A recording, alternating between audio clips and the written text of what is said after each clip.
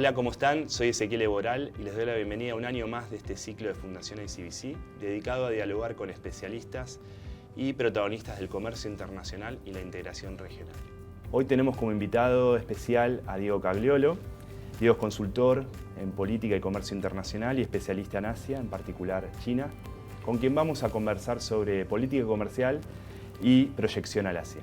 Diego, ¿qué tal? Bienvenido a este ciclo, gracias por acompañarnos. Muchísimas gracias, Ezequiel. En este ciclo nos gusta hablar de las trayectorias de nuestros invitados, conocerlas un poco más y quisiera comenzar preguntándote sobre la tuya, sobre cómo te acercaste a los temas de comercio internacional y cómo te desarrollaste profesionalmente en ellos. Bueno, muchas gracias, Ezequiel, por la invitación. La verdad que fue bastante poco planificado. Mi interés siempre estuvo en la diplomacia, en la política exterior, en la política internacional. Desde muy chico siempre me gustó el tema de los conflictos internacionales, la resolución de ese tipo de conflictos, cómo anticiparlos. Pero el tema del comercio exterior o el comercio internacional me llegó un poco de casualidad. Yo estudié Ciencias Políticas y Relaciones Internacionales en la Universidad Católica y paralelamente hacía prácticas profesionales en el Ministerio de Relaciones Exteriores, en un área muy política, digamos que no tenía nada que ver con el comercio internacional. Y cuando me recibí me fui a hacer un curso de perfeccionamiento de mi inglés a Inglaterra y tuve la posibilidad también de hacer una pasantía en la Embajada Argentina. Y me tocó la sección comercial. Y la verdad que descubrí un mundo que en ese momento no existía para mí dentro de la política internacional.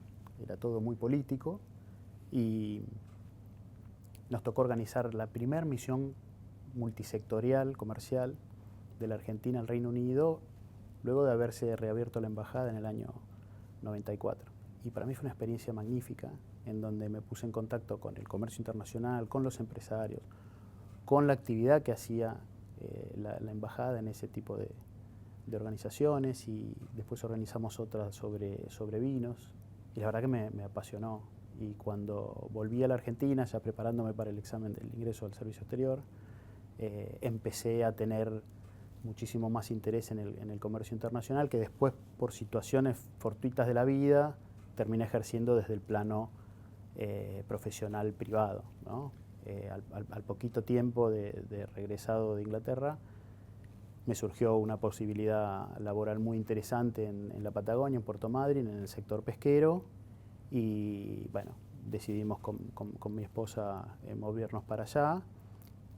Y bueno, me convertí en el director comercial de una empresa multinacional que se estaba instalando en el país y que tuvo muchísimo crecimiento a lo largo de los años, todavía sigue, y mi función ahí tuvo que ver 100% con el comercio internacional. Y ahí es donde haces tu vínculo con Asia, ¿no?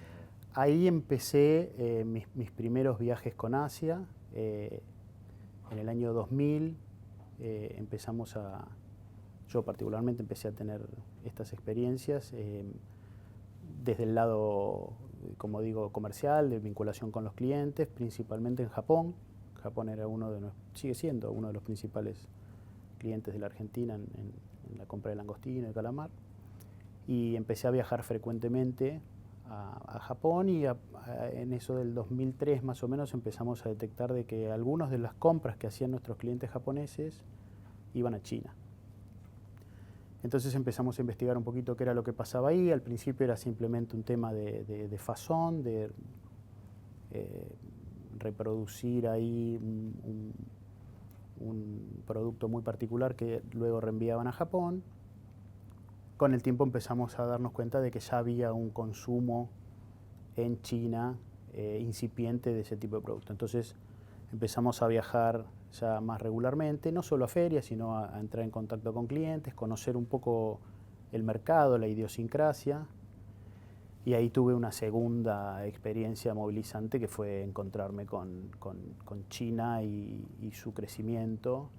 Y yo siempre cuento, la primera vez que fui a China fui a un aeropuerto que estaba conectado con un camino rural hacia una ciudad o pueblo, que a los 2 años, cuando volví a ir, el aeropuerto ya era nuevo, el camino ya no era rural, era una autopista. rodeado de edificios y con un cambio y una transformación social y tecnológica y cultural tremenda. Y eso hizo de alguna manera que yo me planteara a mí mismo, digo, bueno, si Dios quiere me quedan todavía 35, 40 años de trabajo, de vida laboral, no hay forma que yo no me vuelva a cruzar con esta gente en mis próximos 35 años de trabajo, ya sea como cliente, como proveedor, como socio, pero no hay manera que con este crecimiento que estoy viendo no me vuelva a cruzar. Entonces me puse a estudiar chino. La verdad es que tuve mucha suerte porque conseguí una muy buena profesora de chino. Fue un proceso duro, porque en aquella época estudiar chino en Puerto Madryn a las 10 de la noche en julio, la verdad que era bastante poco motivante. 1000 veces me pregunté qué estoy haciendo acá. Pero yo tenía la certeza de que era por ahí, digamos, era lo que venía. Claro. Continué con mis viajes a China y a los 3 años de haber empezado a estudiar chino, estudié 5 años, la empresa en la cual yo trabajaba es comprada por una empresa china. Entonces, muchos me decían, qué suerte que tuviste. No, mirá, en realidad es esto que yo decía, en algún momento me voy a cruzar con esta gente. Bueno, sucedió muchísimo más rápido de lo que hubiera imaginado. Así que eso también me permitió desarrollarme un poco dentro de la compañía, más en el entorno, en la cultura china. Cuando uno aprende el idioma, aprende mucho de la cultura, aprende mucho, se familiariza con una serie de cuestiones y de formas de hacer las cosas.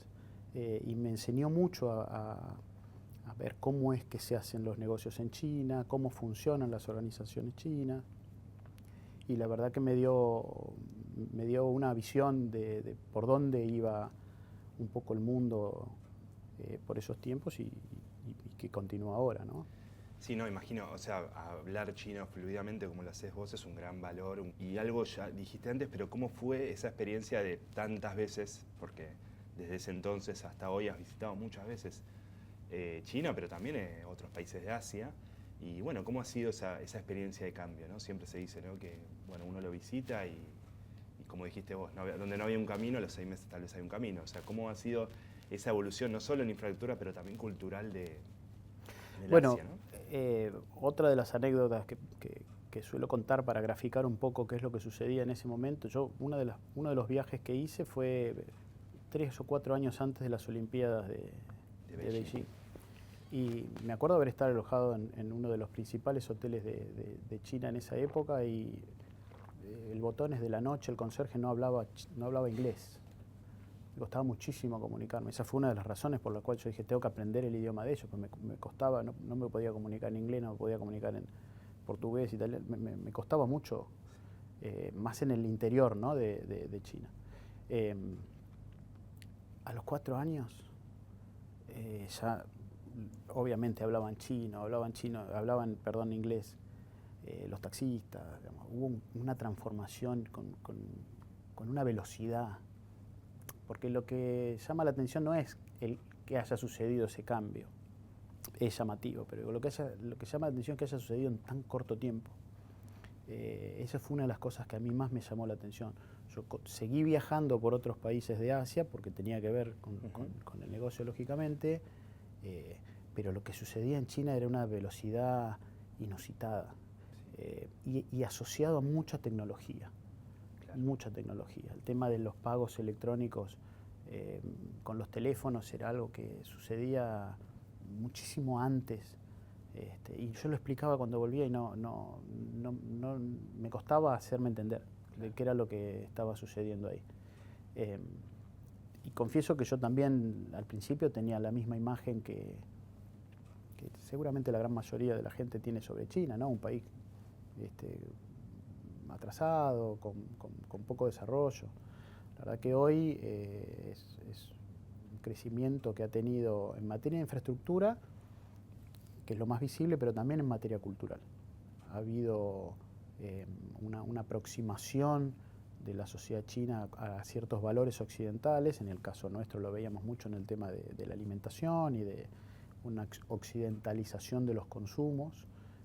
Y de alguna manera un despertar por el interés de marcas occidentales y de productos occidentales, y también un intercambio que sucedió con la población, que empezó a salir un poco más al mundo, empezó a conocer otros lugares, con lo cual la verdad que me he sorprendido en otros países por cosas que he encontrado. Eso mismo me pasó un tiempo más tarde en Vietnam. Hoy veo en Vietnam una transformación bastante parecida, en tema de infraestructura principalmente. Y hoy ya no es un lugar tan diferente en materia de desarrollo a lo que es Japón. En aquel momento ir de Japón a China era como ir a dos universos totalmente diferentes. Hoy no noto esa diferencia. Bien. Y siempre seguramente te han consultado muchas veces, pero nos preguntamos cómo nos proyectamos hacia esas regiones, ¿no? ¿Qué hacemos para llegar? Vos nombraste nombraste a China obviamente, pero también recién a Vietnam, que son dos grandes socios de la Argentina, socios comerciales. ¿Hay algo para aprender de cómo ellos se proyectan hacia nuestra región, incluso hacia nuestro país? O sea, ¿has identificado de alguna forma esa forma en que ellos se acercan a nuestros países y bueno, hay algo para aprender de ellos? Sí, dividiría la pregunta en dos. Okay. Primero es lo que tiene que ver con nosotros. Nosotros tenemos todavía un gran desconocimiento de lo que es Asia en términos generales. Todavía es algo lejano. Geográficamente, más allá de que las distancias se hayan acortado, todavía sigue siendo algo lejano, extraño, muy diferente a nuestras culturas. Entonces eso es una barrera y por nuestra tradición occidental nos cuesta a veces traspasarla. Así que ahí hay, si se quiere, un defecto propio, ¿no? Hay que reconocer que con el paso del tiempo muchísima más gente en la Argentina se ha empezado a interesar por Asia. Hoy hay más estudiosos, en el caso de China particularmente, mucha más gente ha aprendido el idioma. Por suerte esas distancias se están acortando, pero todavía hay un desconocimiento general muy grande de la población y de funcionarios. Eso es algo que yo he notado también en la función pública, de que me cuesta hacer entender todavía la importancia que tiene para la Argentina Asia. Okay. Ya no solo hablo de China, sino Asia en general. Con respecto a ellos, ellos tienen, por cuestiones culturales, una gran ventaja que es la paciencia, el tiempo y el pragmatismo, ¿no? Cuando ellos planifican a 50 años y lo van ejecutando de manera programada y a los 25 revisan más o menos a ver si van bien o si se desviaron un poco. Claro. Eso es otra cosa que nosotros no tenemos, la previsibilidad, la estabilidad, una macro ordenada, digamos, ese tipo de cosas conspiran también contra este tipo de cosas. Pero a mí me parece que hay todavía muchísimo camino por recorrer. La Argentina, de hecho, ya tiene vinculaciones comerciales muy fuertes con Asia, con China, con Vietnam, son actores importantes y yo no imagino un futuro de la Argentina en donde Asia no tenga una participación importante. Y ahí, en tu contacto ahora con empresas o en tu experiencia, ¿no? en estas empresas, ¿qué enfoques o qué estrategias recomendás para abordar estos mercados asiáticos? No solo China, ¿no? Obviamente, porque son muchos países en Asia, ¿no? Pero digamos, ¿qué estrategia en general recomendás? Bueno, en principio conocimiento. Conocimiento. ¿No? Nosotros, en la provincia de Buenos Aires, cuando tuve la tarea de la creación de la Agencia de Promoción de Comercio Exterior y de Inversiones, una de las cosas que hicimos fue creamos un área específica para China, con 4 personas que hablaban chino, escribían chino y habían vivido en China. Entonces, eso facilitaba muchísimo el acercamiento y la vinculación de los dos lados, porque como bien dijiste vos antes, es muy importante también para ellos poder encontrar algún interlocutor que conozca y que maneje también sus particularidades culturales. Así que lo primero es conocer, interiorizarse, informarse. No digo que todos tengan que tener una persona que hable chino, digamos, pero cuanto más cerca pueda estarse, mejor. Segundo, es un proceso que lleva mucho tiempo. Nosotros siempre decimos, con los chinos primero te conoces, después te haces amigo y después haces negocios. Claro. Yo tengo muchísimos conocidos chinos con los cuales todavía no he podido hacer ningún negocio y llevo muchísimo tiempo teniendo excelentísimas relaciones de amistad. Eso en Occidente funciona a la inversa. Primero haces un negocio y después te haces amigo de tu cliente o de tu proveedor. Entonces hay que entender de que hay un proceso muy largo que a veces no da resultado de manera inmediata, pero que es necesario transitar. Y segundo, la constancia. Tercero, perdón, la constancia. En este proceso de que lleva mucho tiempo, a veces las cosas no salen y sin embargo hay que seguir. A nosotros nos pasaba con los clientes japoneses, eran uno de los mejores clientes justamente por eso, porque podíamos mantener una relación independientemente de las fluctuaciones del precio y las variaciones comerciales que pudiera haber, aún teniendo contenedores en el agua, siempre había una respuesta y siempre se podía encontrar una solución y siempre había un largo plazo. Entonces eso a mí me parece en el comercio con Asia fundamental entender que es un vínculo de muy largo plazo y que hay que mantener siempre. Y en esa mirada de largo plazo, ¿cómo estás viendo el vínculo, o cuáles son las perspectivas de ese vínculo comercial y de inversiones entre nuestros países, entre los países de nuestra región y el Asia? ¿Cómo lo ves hacia adelante? O sea, siempre hablamos de ese desafío de la primarización, pero también, o sea, ¿cómo estás viendo? O la búsqueda de diversificación, por decir de otra manera. ¿Cómo estás viendo eso hacia adelante? Bueno, hay un primer factor que tiene que ver con las realidades macroeconómicas de los países, ¿no? A nosotros nos cuesta mucho estabilizarnos y poder elaborar políticas a largo plazo. Es cierto que para los países de Asia nosotros somos proveedores de aquellos productos que ellos necesitan, ya sea en temas agroalimentarios, minerales. Eso hace que ellos puedan sostener de alguna manera sus producciones locales y a partir de ahí también sus sistemas. Pero yo creo que se abre, voy a hablar de lo que yo conozco, del sector de la pesca, digamos, en un momento Asia existía muy poco, era solo Japón, algo de Corea, digamos, después entró fuerte China como un gran comprador. Luego China se convirtió en un inversor, digamos, compró empresas en la Argentina e invirtió en la Argentina. Con lo cual ahí ya no hay un proceso y produce con valor agregado. Es cierto para el mercado chino, a veces también para otros mercados. No, pero ahí hay un proceso de creación de valor que es interesante y que creo yo que es hacia donde tiene que apuntar la relación, ¿no? Tratar de establecer ese tipo de inversiones y de erradicaciones en el país. Después, lógicamente, hay todo un debate sobre la conveniencia o no de eso y demás. No tiene que ver, digamos, con esta charla, pero yo creo que hay un camino ahí interesante para el desarrollo de ese tipo de industrias en la Argentina. Bueno, qué interesante. Diego, lo que te quería preguntar ahora, en realidad algo que nombraste recién, una experiencia que es Globa, que como bien vos dijiste, tuviste que crearla, lanzarla, y quiero consultarte, que nos cuentes esa experiencia, ¿no? Que cómo es crear una agencia de cero, lanzarla y estar a cargo de ella, ¿no? Complejo, fundamentalmente porque la provincia de Buenos Aires es un país en sí mismo.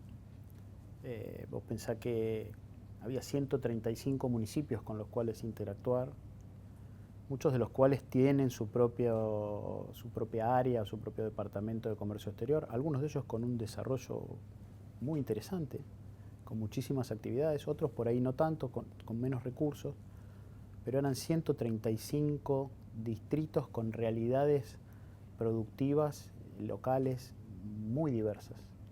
Entonces el primer desafío fue la magnitud de lo que significa la provincia de Buenos Aires en cuanto a producción, en cuanto a internacionalización de esas empresas.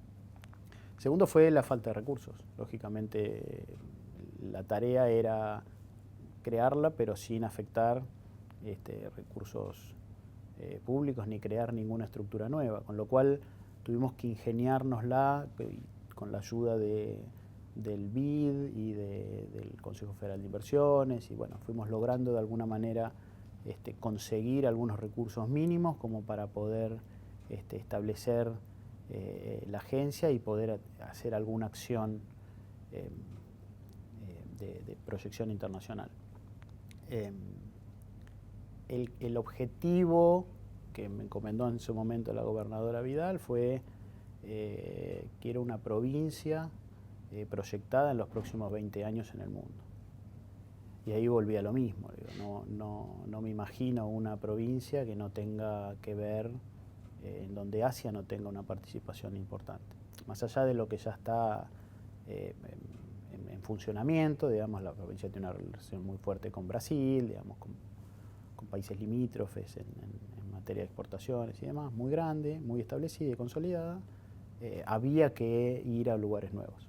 Entonces empezamos una tarea de proyectar a la provincia hacia Asia, buscando aquellos lugares que tuvieran alguna similitud en cuanto a población, recursos, características. Y bueno, y encontramos en China una provincia, que es la provincia de Sichuan, que es una provincia del centro oeste del país. En realidad, si uno lo ve en el mapa, está exactamente enclavada en el centro de China. Lo que pasa es que todo el oeste de China es desierto, entonces esto es lo más al oeste, claro, que hay habitable, digamos. Con la cual avanzamos muchísimo y muy rápido en el establecimiento de un hermanamiento de las provincias, de sus ciudades capitales, La Plata y Chengdu, y generamos un vínculo también muy importante en materia educativa, en materia tecnológica y en materia, lógicamente, comercial. Fue difícil, fue una tarea muy desafiante porque, como dije, nos movíamos con recursos muy limitados, recursos económicos y recursos humanos también. Pero una de las cosas que hicimos, como dije antes, fue crear un departamento de China que tratara específicamente todos los temas que tuvieran que ver con China. La verdad que fue un desafío muy grande, como bien dijiste, crear algo de cero. No voy a decir que no existía nada, algo muy desperdigado había, pero había que hacer un trabajo de organización y ordenar un poco todo eso que funcionaba de manera aislada. Nos enfocamos mucho en temas de, como no teníamos recursos para participar en ferias ni poder, si bien lo hicimos en alguna, en Bolivia en un par de oportunidades, una industria, para la industria metalmecánica también hemos hecho algo, hemos ido con temas de tecnología y de temas de conocimiento a China también. Pero lo más importante fue el haber logrado unos cursos de capacitación que fueron como una mini carrera de comercio exterior de manera gratuita en los 135 distritos, establecidos en módulos, liderados por reconocidos profesionales del comercio exterior, que se trasladaron a toda la provincia y lograron que un montón de empresas que jamás hubieran soñado con poder internacionalizarse tuvieran sus primeras capacitaciones y que tenemos la satisfacción de que pudieron después eso traducirlo en operaciones de comercio exterior. Así que si se quiere, el gran legado de Globa fue estos laboratorios Pimex, así se llamaba, que fue un desarrollo muy importante que con mucha satisfacción digo, también lo ha tomado la Agencia Argentina de Inversiones posteriormente y lo ha potenciado y lo ha ampliado, y me parece que es uno de los servicios que se pueden brindar desde el sector público a las empresas para su internacionalización. Bien, y conectado con esto, tomando en cuenta aquella primera experiencia, ¿no?, en Reino Unido, ¿no?, organizando aquella primera, como era multisectorial, ¿no?, y esta experiencia de Globa, ¿cuál es la clave para vos para hacer promoción comercial del siglo XXI? O sea, ¿podemos decir que son suficientes o eficientes todavía los mecanismos tradicionales de promoción comercial? Nombraste las misiones, están las ferias, están las visitas y demás. Pero ¿dónde siguen siendo esos los únicos mecanismos o has identificado otras experiencias? Porque justo vos dijiste, no teníamos grandes recursos, no teníamos, otra forma, entonces tuviste de alguna manera ser más creativo, hacer un poco de benchmarking, vos has identificado experiencias que hacen de la promoción, permite identificar una evolución en la promoción comercial. A ver, sin duda todas esas herramientas que vos mencionaste sirven y al día de hoy continúan vigentes. Las misiones, las ferias, los viajes presidenciales con empresarios, las rondas de negocios, las rondas inversas. Nosotros incorporamos mucho producto de la falta de recursos, como te decía, incorporamos mucha tecnología y hacíamos rondas de negocios virtuales. Después vino la pandemia y esto de alguna manera se convirtió en algo natural el hacer Zooms y demás. Pero nosotros ya lo hacíamos antes de la pandemia y tenían mucho resultado. Lógicamente después viene un paso posterior en donde yo necesito probar ese producto que me estás queriendo vender o tener un contacto personal, digamos, pero servía como para un primer paso. Con lo cual todo eso yo considero que es necesario y ahí hay una tarea muy importante de las embajadas y del Ministerio de Relaciones Exteriores en llevar eso adelante, que a mi modo de ver lo hace y muy bien. Sacando el tema de la estabilidad que comenté al principio, la MAC, digamos, cómo promociono, bueno, si no tengo una macro ordenada es imposible. Porque no soy creíble, porque no puedo celebrar un contrato a 3 años, porque no puedo pasar un presupuesto, pero digamos, dejando eso de lado, suponiendo que eso sucede, lo que yo he visto en este último tiempo y que me ha resultado interesante es, como dije, el manejo de la tecnología, las redes sociales. Me parece que hoy hay mucho que funciona por ahí, y porque también ya no es solo productos, también ahora se comercializan servicios, se comercializa conocimientos, el intercambio de conocimientos, de experiencias, un montón de cosas que a veces hasta nos cuesta entender, ¿no? Pero que forma parte del comercio internacional de hoy, ¿no? Criptomonedas, blockchain, digamos, hay una serie de cuestiones que resultan, que se escucha, que no sabemos de qué se trata, pero que también es parte de eso. Entonces me parece que incorporar ese tipo de cosas también es necesario. Eso es un poco más complejo en una misión, en una feria, digamos, va por otros canales. Y en respuesta a tu pregunta puntual, algún caso que me haya llamado la atención, bueno, a mí me llamó la atención, lógicamente hace ya muchos años, lo que hizo Chile con ProChile. En materia internacional estoy hablando, ¿no? Más recientemente lo que hizo Portugal con el tema del turismo y con toda la difusión que ha tenido en tema de redes, influencers y redes sociales ha sido importante y ha convertido a Portugal en los últimos años en el turismo como casi la fuente más importante de financiamiento que tiene. Y después, también en materia local, también hay muchas agencias que han trabajado muy bien. La agencia de Mendoza lo ha hecho muy bien, la agencia de Córdoba lo ha hecho muy bien. Hay muchos ejemplos exitosos, digamos, de cómo promover exportaciones.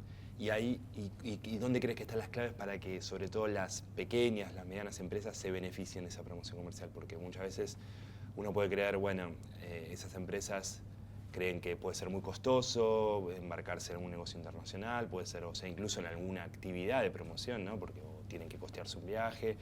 ¿Dónde crees que me gustó mucho esto que dijiste de la capacitación, ¿no? Bueno, primero hay que capacitarse, hay que estas empresas puedan tener acceso a entender lo que requiere poder hacer una actividad de comercio internacional. Pero ¿dónde están las claves para que puedan finalmente beneficiarse de esa promoción? Bueno, es así, es costoso.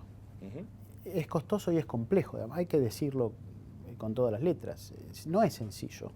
Es un trabajo, más en un país como la Argentina, en donde hay tantas regulaciones y hay tantas trabas. Sí, elegir el camino de la internacionalización es un camino difícil.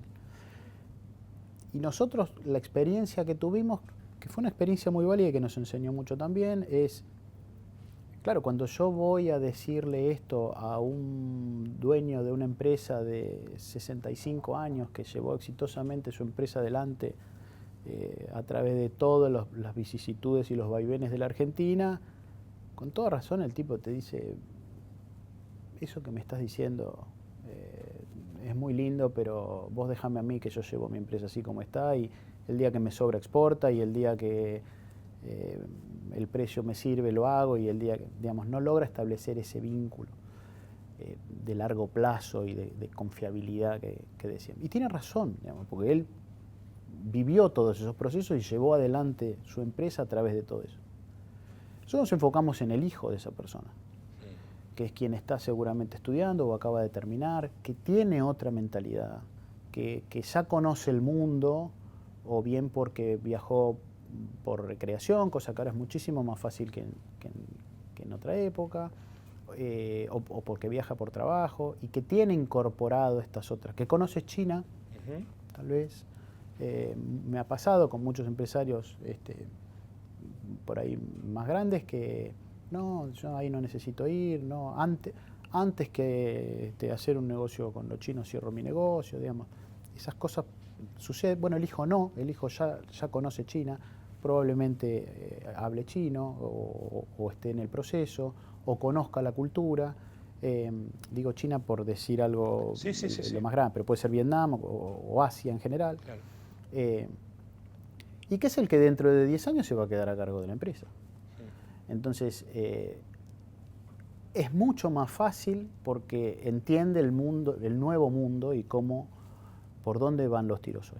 Entonces, nos enfocamos mucho ahí en trabajar con esa generación de actuales o futuros empresarios, intentando de alguna manera concientizar, crear conciencia exportadora, que es lo que a veces nos falta.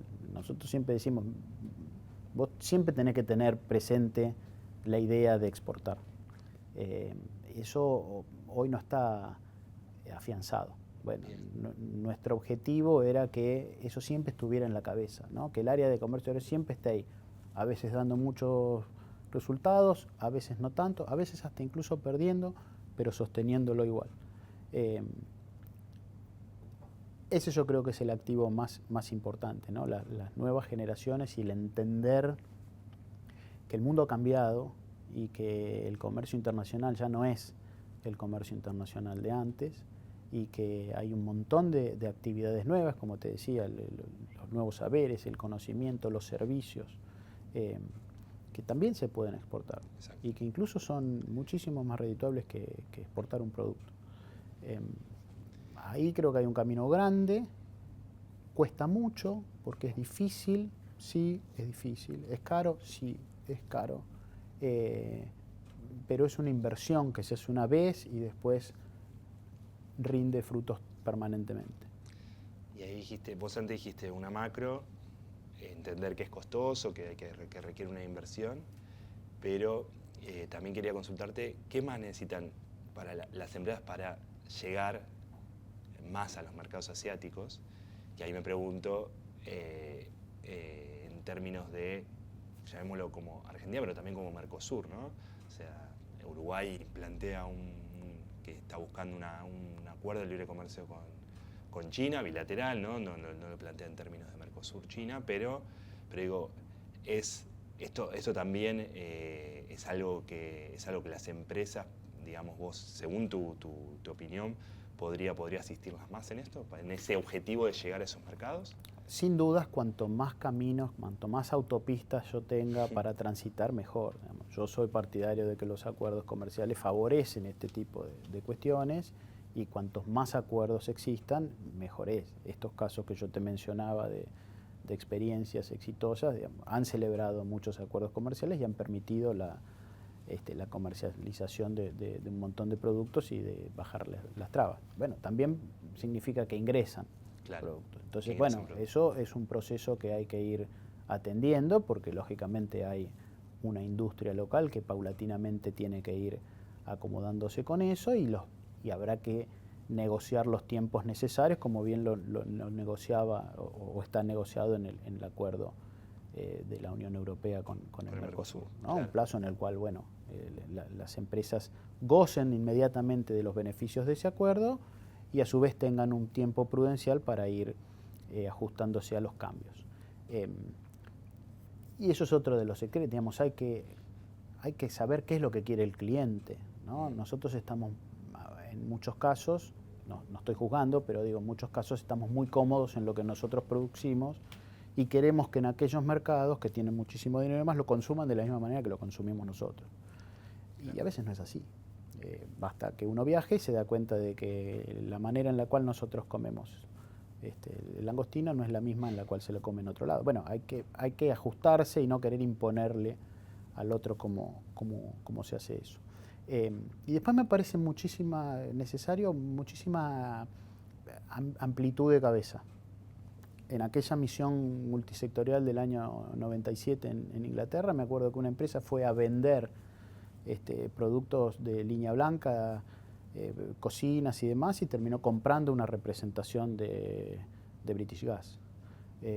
Bueno, eso se generó por un intercambio producto de una misión y en donde, bueno, fue a hacer una cosa pero terminó haciendo otra y terminó siendo un muy buen negocio. Entonces, uno tiene que también estar abierto a dejarse sorprender, a ver qué es lo que puede suceder en este tipo de actividades. Por eso es que, insisto, es tan importante las reuniones, las misiones, verse todos los años, claro, juntarse, tomar un café con el cliente, aunque no surja nada. Yo entiendo que para una pequeña, mediana empresa eso es complejo, porque tal vez le estás pidiendo que se gaste $10.000 en un viaje a China, se vaya 10 días de su oficina, cuando con esos $10.000 por ahí compra una máquina, o esa misma persona es la que a la mañana hace los bancos, a la tarde va a la fábrica. Digamos, cuesta mucho, no es sencillo. Las cosas hay que decirlas, es un camino complejo, pero da frutos. Entonces, en la medida en que lo puedan transitar, yo siempre recomiendo que lo hagan. Bueno, Diego, muy interesante esto que desarrollaste. Para finalizar, quisiera hacerte una última pregunta sobre Asia, su rol como key player del comercio global y de las inversiones. Tal vez 30 años atrás no tenía ese rol, no era, digamos, por donde pasaba el gran flujo del comercio y de las inversiones, no pasaban por Asia. Y hoy podemos decir que es la región más emergente de hace bastante tiempo. Entonces quería ver qué perspectivas tenés sobre ese rol, ¿no? ¿Es un rol que se va a consolidar? ¿Cómo lo estás viendo? ¿Es un rol que va a menguar? ¿Qué estás mirando ahí? Como vos dijiste, ha cambiado en los últimos 30 años. Hoy es un rol consolidado. Yo creo que eso va a continuar en esa línea, independientemente de los altos y bajos que pueda estar teniendo, en este caso, la economía china, pero hay otros actores que también están teniendo mayor protagonismo y que están realizando procesos de crecimiento de sus clases medias, que están aumentando sus consumos. El caso de Vietnam, como dije, es uno de ellos. Y que tiene, para mí, un gran potencial todavía para seguir. Está el caso de la India, que es un país enorme, también con un gran potencial, con unas cifras de crecimiento muy interesantes, con lo cual, sin duda, para mí, toda la región es una región que tiende a consolidarse en esa línea y en la cual tenemos que poner especial atención. O sea, hay que digamos, el estado de situación de hoy es un estado que se va a consolidar, por lo tanto no hay otra chance que seguir, o sea, planificando hacia ese lugar. A ver, si nosotros pusiéramos un compás y ponemos el punto en Hong Kong y hacemos una vuelta de 2.000 kilómetros, hacemos un círculo en donde se concentra casi el 65% de la población mundial. Claro. Entonces, si encima esa población está mejorando sus estándares de vida, está teniendo mejores ingresos, está accediendo a mejores condiciones de vida, necesariamente eso significa un aumento del consumo de productos y de servicios. Vuelvo a puntualizar en eso. Me parece que hay toda una línea de difícil visualización, que es todo lo que es la venta de los servicios, ¿no? Servicios basados en el conocimiento, servicios de tecnología, servicios profesionales. Hay mucho para hacer ahí que nosotros todavía tenemos algún diferencial y que podemos explotar. Con lo cual, de vuelta, seguramente seguiremos vendiendo granos, seguramente seguiremos vendiendo algunos productos con un poco más de valor. Estará también en nuestra capacidad negociadora para ver qué podemos lograr en materia de aperturas de nuevos mercados y trabajo en esa línea, pero sin duda creo que ese es un mercado que tiende a consolidarse. De la misma manera que están consolidados otros mercados que tampoco hay que desatender. Esto no significa el reemplazo de uno por el otro, ¿sí? Y hay que tener también ahí un pragmatismo bien entendido para poder aprovechar esas oportunidades. Bueno, Diego, no quiero dejar de repetir esto que dijiste al principio, un poco a partir de tu experiencia, de poder tener, cuando se apunta a un mercado, o por lo menos se apunta, digamos, a algún país, como dijiste vos, con esto me voy a cruzar en algún momento, de desarrollar un profundo conocimiento de ese país, como hiciste. Si se puede hacer como hiciste vos, mucho mejor, ¿no? Aprendiendo el idioma y demás, pero creo que esto, lograr un profundo conocimiento de aquel mercado, uno quiere desarrollar un vínculo, ya sea comercial o del que sea, me parece que es la clave. Así que quiero repetirlo y quiero reconocerlo porque me parece muy bueno que lo hayas hecho y que puedas darlo como consejo, ¿no? Sí, esto es muy dinámico, lógicamente va cambiando, pero cuanto más encima se pueda estar y más se pueda saber, digamos, el conocimiento siempre es un diferencial a favor, así que todo lo que sea conocimiento, aprendizaje, siempre me parece un activo. Un diferencial, muy bueno. Un diferencial.